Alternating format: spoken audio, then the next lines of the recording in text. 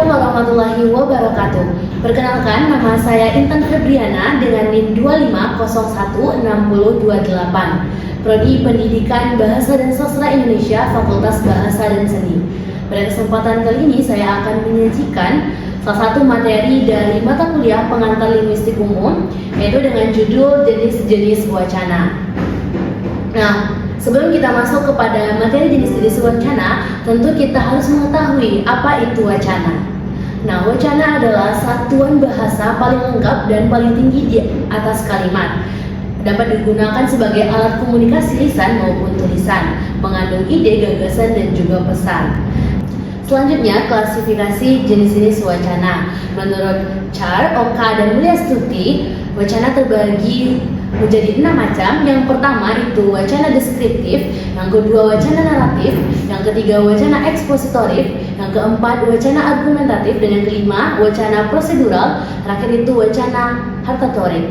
Nah, pada kesempatan kali ini kita akan menjelaskan 6 macam dari jenis-jenis wacana tersebut, dimulai dari wacana deskriptif. Wacana deskriptif adalah wacana yang menggambarkan atau mendeskripsikan suatu objek, yang mana objek dapat berupa tempat, manusia, atau keadaan. Wacana deskriptif ini juga membawa pembaca seolah-olah merasakan, mendengar, ataupun melihat.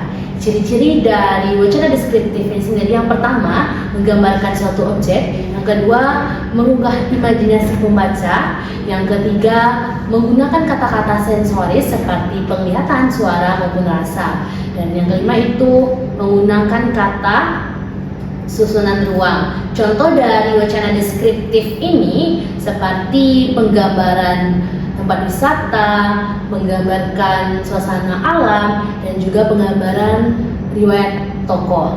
Selanjutnya yang kedua, wacana naratif. Wacana naratif adalah wacana yang menceritakan suatu peristiwa atau rangkaian kejadian. Wacana naratif ini terbagi menjadi 2 macam. Yang pertama itu naratif ekspositoris, yang kedua naratif estetis. Naratif ekspositoris adalah naratif yang menjelaskan suatu kejadian secara faktual, contohnya seperti biografi dan sejarah. Yang kedua, naratif estetis.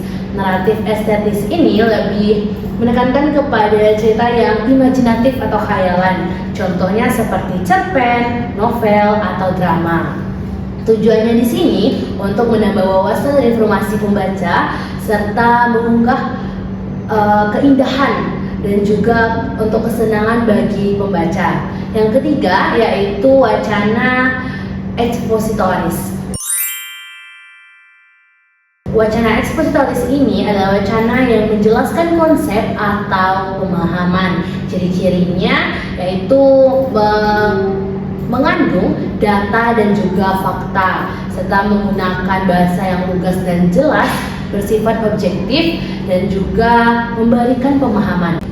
Contohnya seperti ceramah, artikel ilmiah, pidato penjelas, dan juga teks informasi. Selanjutnya yang keempat, wacana argumentatif.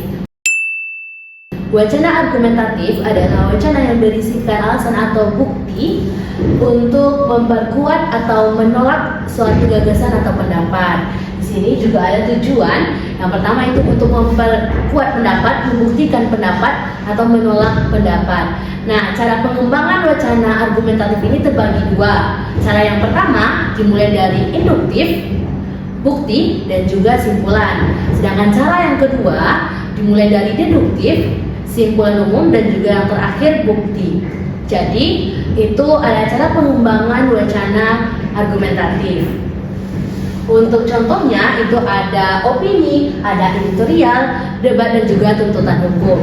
Selanjutnya yang kelima yaitu wacana prosedural.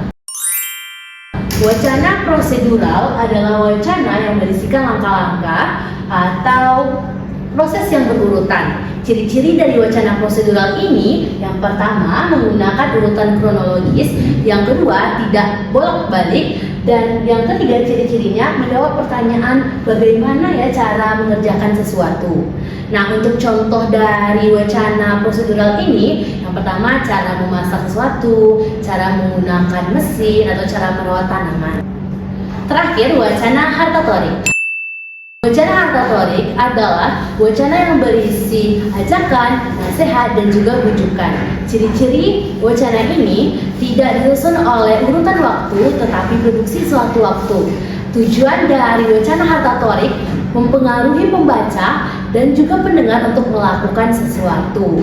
Contoh dari wacana hartatorik ini, yang pertama adalah khutbah, yang kedua itu teks kampanye, yang ketiga itu iklan, dan yang keempat motivasi. Jadi dapat kita simpulkan dari jenis-jenis wacana memiliki berbagai fungsi dan juga tujuan yang berbeda-beda. Jadi dengan kita mengetahui jenis-jenis wacana ini dapat mempermudah kita untuk membaca dan menulis dengan lebih tepat.